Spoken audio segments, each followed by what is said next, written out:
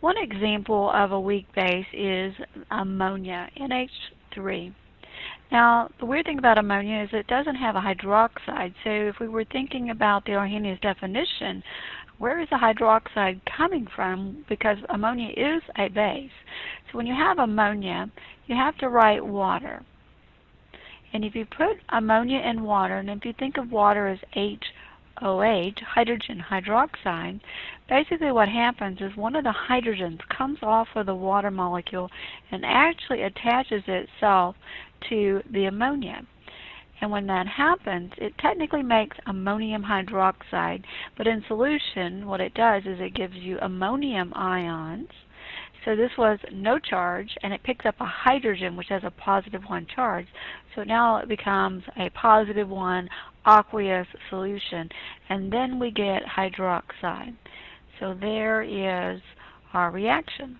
So anytime you have a base that you know is a base, you need to put it in water, and then you're going to break it apart. Basically take one of the hydrogens off. Ammonia products are the hydrogen's going to go in the back. And then we have a compound called an amine. And what an amine group is very similar to an ammonia compound, but instead of having 3 hydrogens, one of the hydrogens has been replaced with a carbon group. So if we had something like this where it had nitrogen and it had 2 hydrogens, and I'm not going to draw it extremely correct, but and it had a carbon connected to it instead of that hydrogen, this is called an amine. And when we get into organic at the end of the year, we'll talk a little bit more. This right here is our amine group. It's basically an NH2 group stuck on a carbon. And since this is 1 carbon, the prefix for 1 carbon is meth. And so this is actually called methylamine. It's also a base. And so we need to recognize when we have an amine group, so you're going to see a carbon and then you're going to see an NH2 if you saw something like this. And of course I'm drawing them out the organic way so you can kind of see it. Again, not exactly correct organic wise, but if you saw 2 hydrogens, I meant to say 2 carbons attached to it, the prefix for 2 carbons is eth. So this would be an ethylamine. If you had 3 carbons, it'd be a propylamine, and so forth. These are going to be bases, and they're, when you get into biochemistry and stuff, you start to see that more. So when we write these things, because you don't have a hydroxide, but they are bases, so all amines are bases.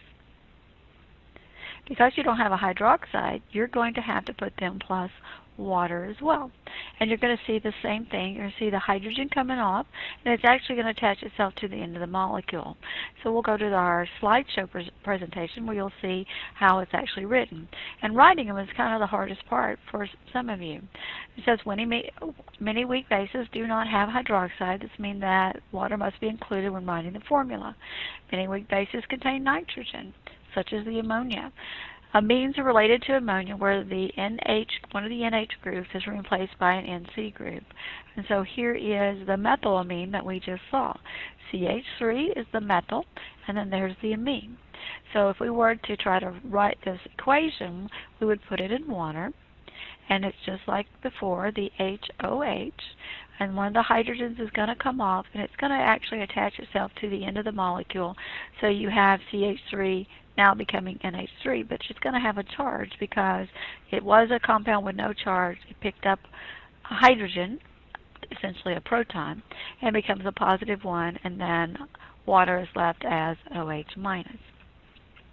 And then before in our conversation, we actually had talked about acids and conjugate bases, etc. So this is a good point to kind of review. If we know an acid, for example, we'll go with acetic acid. There's an acid. Well, its conjugate base would be the same thing with the hydrogen removed. So this is a conjugate base, C2H. So when we took that hydrogen off, we get that ion.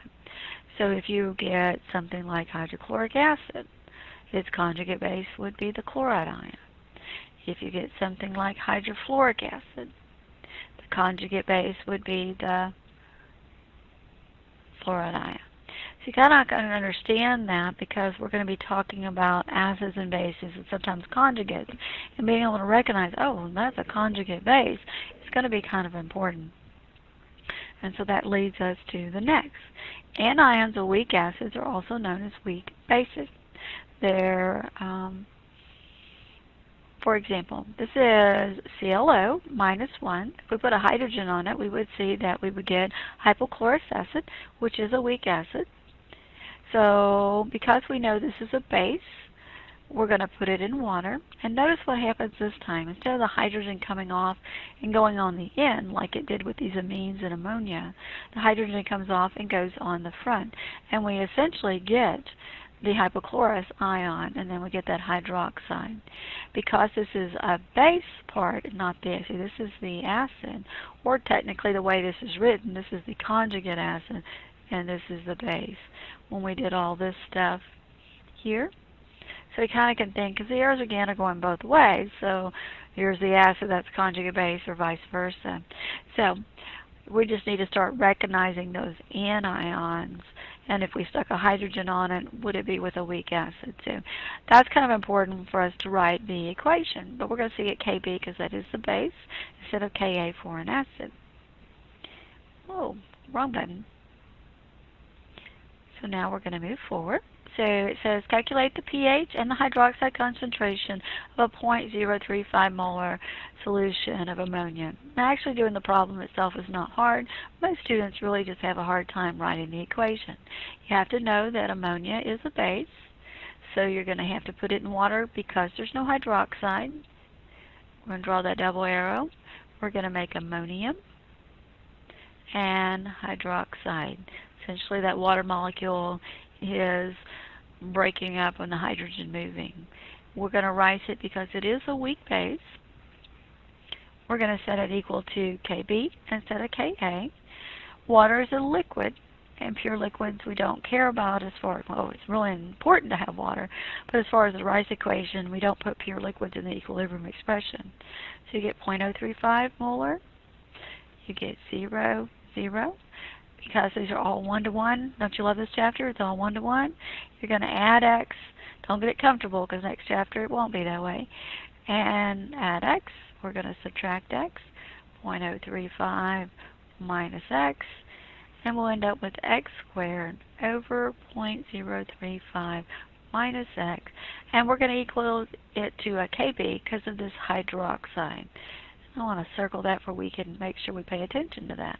Because anytime you have hydroxide floating around there, it's always going to be to a Kb, and that's going to be a huge thing in next chapter to know what to set it equal to. Alright, so we can get rid of our minus x. You could use solver, whichever you prefer. I think I did it both ways. You get really close to the same answer. If you scratch through your minus x, because this is to the -5th, you get 7.94 times 10 to the -4th. Or I think if you use solver, you get 7.85 times 10 to the -4th. I usually work it both ways.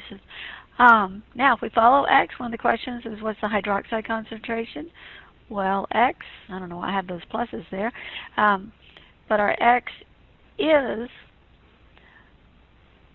our hydroxide, so there's our hydroxide concentration, so either one of those. And now to find the pH. Well, that's hydroxide, not hydrogen. So we have to find the pOH first by taking the negative log of our x and then subtract it from 14 to get our pH. And so our pH should be 10.89 or 10.90 depending. When you do this one, you get 3.11 or 3.10 depending on which x you use, but really close to the same number.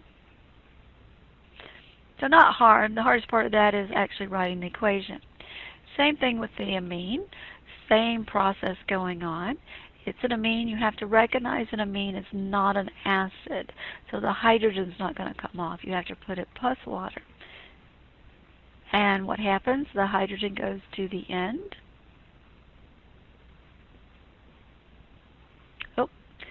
I already put that hydrogen on the end. Did y'all see that? Let's get that little 2 in there. It was a 2. It picks up a hydrogen, becomes a 3, and then it makes that hydroxide.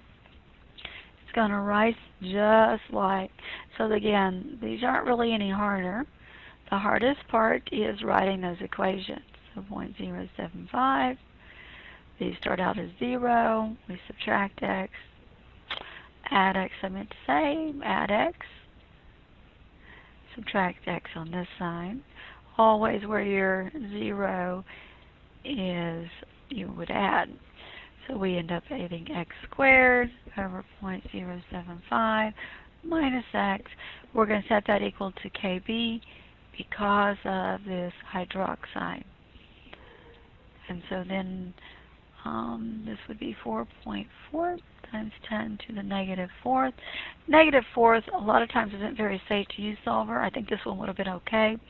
I mean, it's always safe to use solver, but not okay to scratch through your x.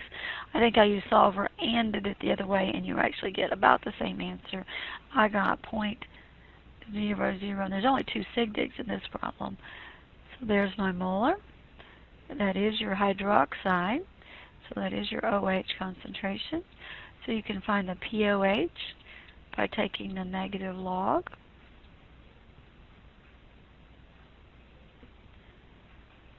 And then your POH, I got about 2.26.